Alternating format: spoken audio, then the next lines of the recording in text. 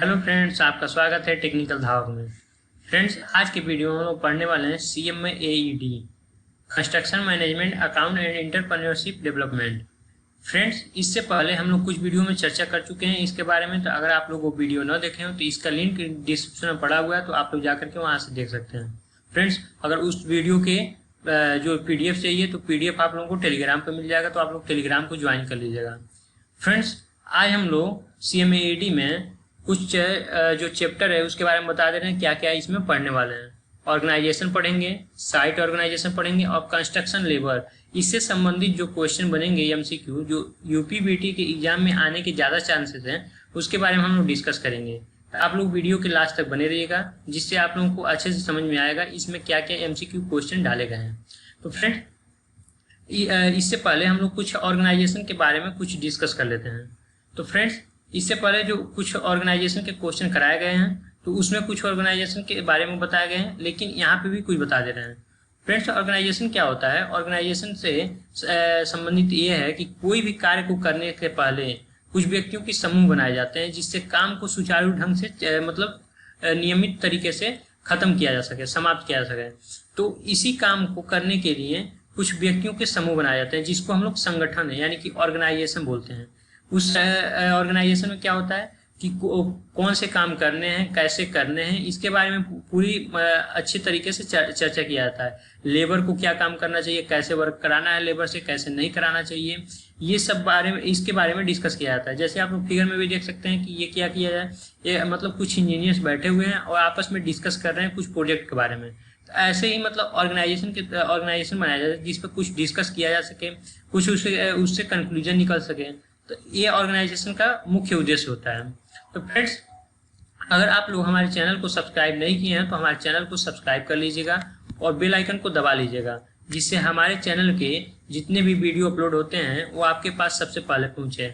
अगर ये वीडियो अच्छा लगे तो इसको लाइक करिएगा और अपने फ्रेंड्स के पास शेयर करना बिल्कुल मत भूलिएगा। तो फ्रेंड्स, अब आते हैं, देखते हैं हम लोगों का क्वेश्चन क्या क्या बनता है इससे। तो फ्रेंड्स, पहला क्वेश्चन बना हुआ है, स्थल प्रबंधन का कार्य शुरू करने से पहले अभियंता के पास उपलब्ध होना चाहिए। तो फ्रेंड्स, जो स्थल प्रबंधन होता है उसका काम को शुरू करने पहले इंजीनियर के पास क्या क्या होना चाहिए इसके बारे में पूछ रहा है। तो ऑप्शन देख लेते हैं। ऑप्शन ए है साइट प्लान, ऑप्शन बी है बिल्डिंग या work plan, and option C है service plan, and option D है ऑल ऑफ दी एबव। तो फ्रेंड्स, इसका सही ऑप्शन हो जाएगा ऑप्शन डी। जो भी मतलब इंजीनियर होता है उसको स्थल प्रबंधन के कार्य शुरू होने से पहले साइट विजिट कराया जाता है। मान लीजिए ये कोई साइट है, इसको विजिट कराया जाता है। कहाँ पे हम लोग को मतलब जो वर्क करना है वो कहाँ पे शुरू करना है, कौन सी साइट है, कैसी मतलब उसकी जमीन है, मतलब साइट पहले विजिट करते हैं इंजीनियर्स।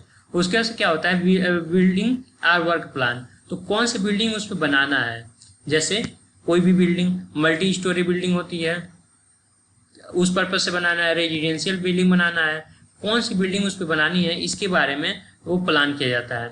उसके साथ होता है सर्विस प्लान, सर्विस को कैसे प्रोवाइड करना है इसके बारे में डिटेल से चर्चा किया जाता है।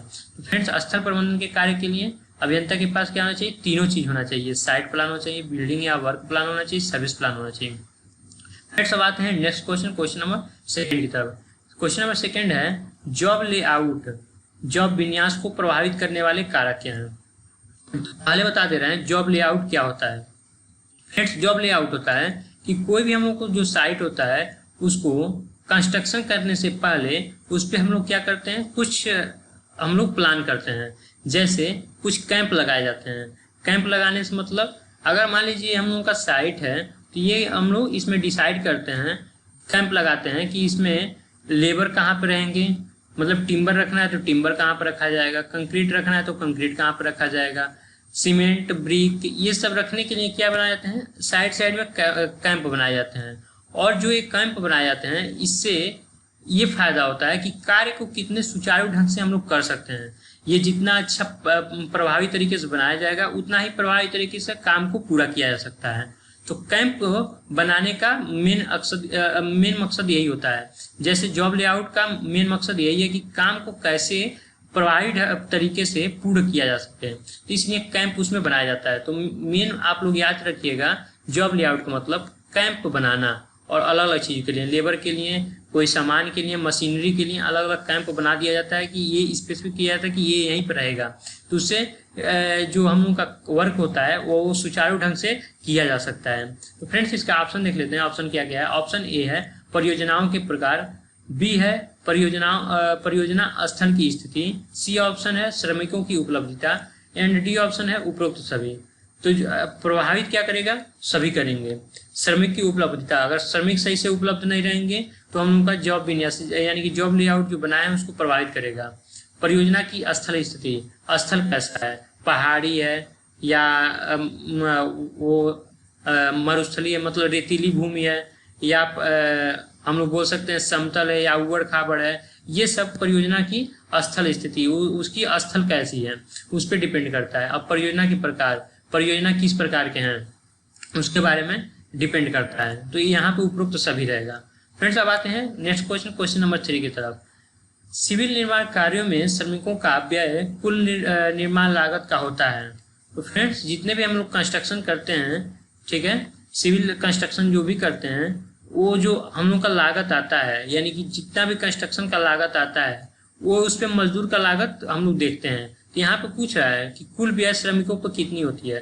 तो श्रमिकों पे व्यय यहाँ पे ऑप्शन पहले देख लेते हैं। ऑप्शन है 25% से 30% तक, बी ऑप्शन है 30% से 35% तक, सी ऑप्शन है 45% से 50% तक, एंड डी ऑप्शन है 40% से 60% तक। तो फ्रेंड्स इसका सही ऑप्शन हो जाएगा ऑप्शन बी, 30% से 35% तक। अगर मान लीजिए 100% हम लोगों का 100% हम लोग का लगता है, हम लोग का निर्माण कार्य में हम लोग का 100 रुपया लगता है, तो 100 में से श्रमिक पर कितना खर्चा आएगा वही बता रहा है यहाँ पे। तो 100 में से 30 रुपया से 35 रुपया क्या हो जाएगा? श्रमिकों का खर्चा हो जाएगा।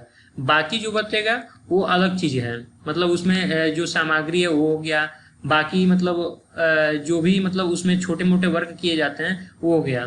तो लेकिन 70 रुपये तो और चीजों के लिए लग रहा है, लेकिन उसमें से सबसे ज्यादा क्या लग रहा है? 30 रुपये से 35 रुपये क्या लग जा रहा है? उसकी श्रमिकों की कुल निर्माण लागत लग जा रहा है। तो आप लोगों को ध्यान रखना है, सिविल निर्माण जो भी होता है उसमें से 30 से 35% क्या होता है? हम लोग को श्रमिकों को लागत के लिए रूप में देना रहता है। फ्रेंड्स ये लागत है, आप लोग इसको सही कर लीजिएगा। फ्रेंड्स अब आते हैं नेक्स्ट क्वेश्चन, क्वेश्चन नंबर 4 की तरफ। श्रम कहा जा सकता है। अब श्रम किसको कहा जा सकता है? ऑप्शन ए है शरीर द्वारा कृत कार्य, ऑप्शन बी है मस्तिष्क द्वारा कृत कार्य, ऑप्शन सी है शरीर और मस्तिष्क द्वारा कृत कार्य, एंड ऑप्शन डी है इनमें से कोई नहीं। तो फ्रेंड्स इसका सही ऑप्शन हो जाएगा ऑप्शन सी, शरीर और मस्तिष्क द्वारा कृत कार्य क्या कहलाता है? श्रम कहलाता है। आप लोग शरीर से करिए या मस्तिष्क से करिए, यानी कि मेंटल करिए, आप लोग कोई सोच रहे हैं वो भी क्या हो रहा है? श्रमिक वर्क किया जा रहा है। तो यानी कि शरीर से करेंगे और मस्तिष्क से करेंगे तो दोनों श्रम के अंतर्गत आता है, ये श्रम का डिफिनीशन है। तो फ्रेंड्स आप लोग इसको ध्यान दीजिएगा। अब आते हैं friends next question, question number 5 की तरफ। भारत सरकार ने ट्रेड यूनियन एक्ट पारित किया था, कब किया था, किस सन में किया था, ये पूछ रहा है। ऑप्शन ए है 1920, ऑप्शन बी है 1926, ऑप्शन सी है 1918, एंड ऑप्शन डी है 1932। तो फ्रेंड ये पारित किया गया था, इसका ऑप्शन सही है बी, 1926 ईस्वी में। और फ्रेंड्स देख लेते हैं कुछ इसके ऑब्जेक्टिव ऑफ ट्रेड यूनियंस। देखिए फ्रेंड्स यहाँ पर ट्रेड यूनियन के कुछ ऑब्जेक्टिव है, यानी कि उद्देश्य हैं उसके। क्या क्या उद्देश्य हैं? Wages, salaries, working condition, discipline होना चाहिए, पर्सनल पॉलिसी होना चाहिए, welfare, employ employers relation, negotiation machinery, यहाँ पर दिया है safeguarding organisational health and interest of the industry.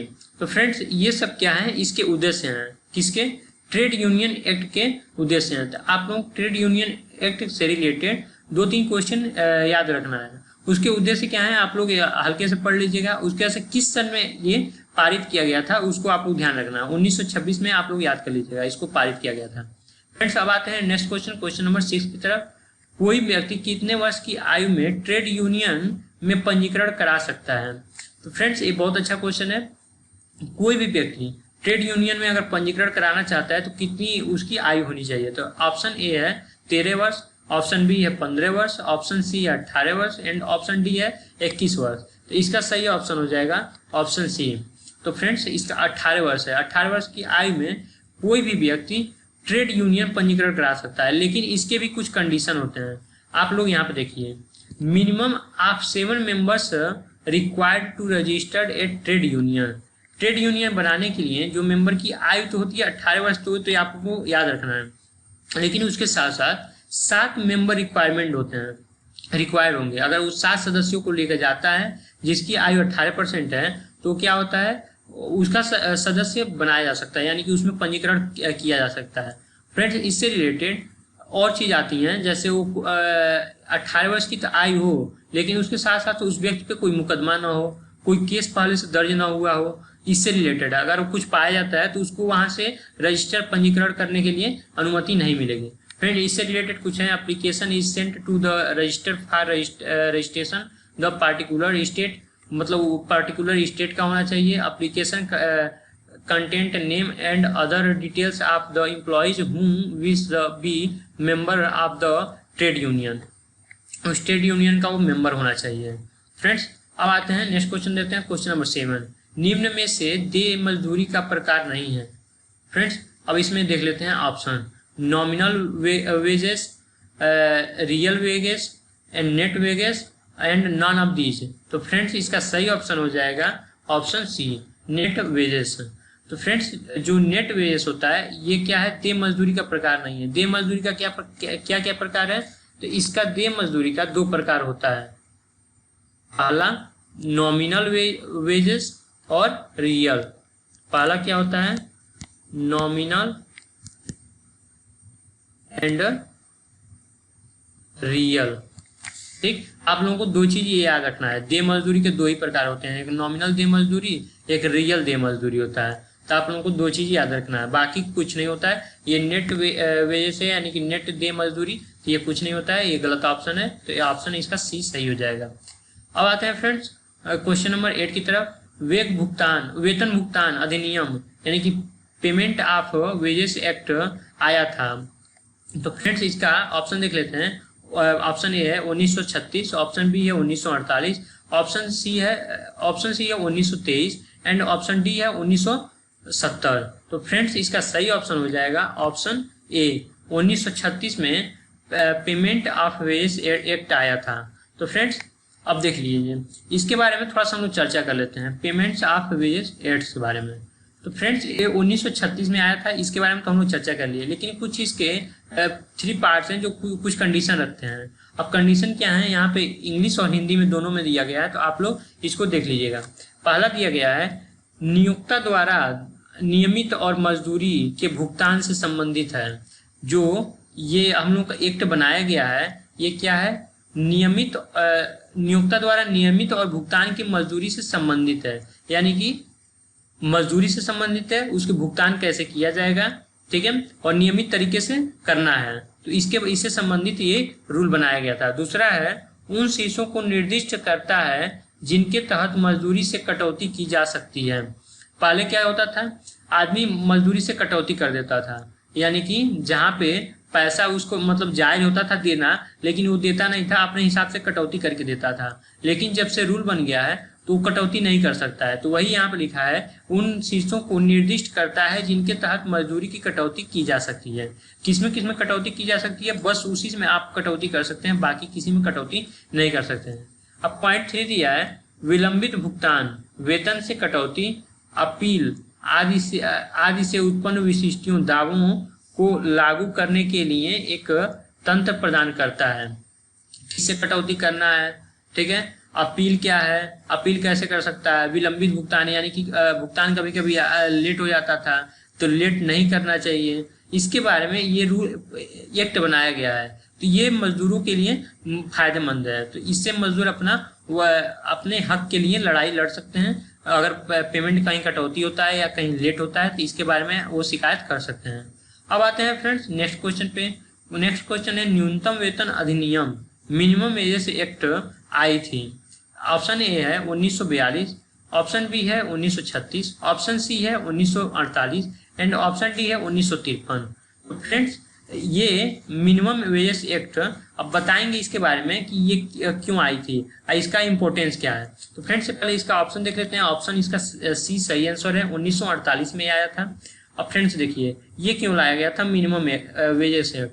तो ये इसलिए लाया गया था कि जो हम लोग का मजदूर होता था, मजदूर के लिए क्या होता था कि एक मिनिमम लाया गया, यानी कि न्यूनतम वेतन। पहले क्या होता था, वेतन अधिकतम या बहुत मिनिमम होता था, यानी कि मैक्सिमम भी हो सकता था और मिनिमम भी हो सकता था। लेकिन ये जो न्यूनतम वेजेस एक्ट है ये उसी देश के लिए लागू है जो विकासशील में है, अभी विकसित नहीं हुए हैं, विकासशील में है।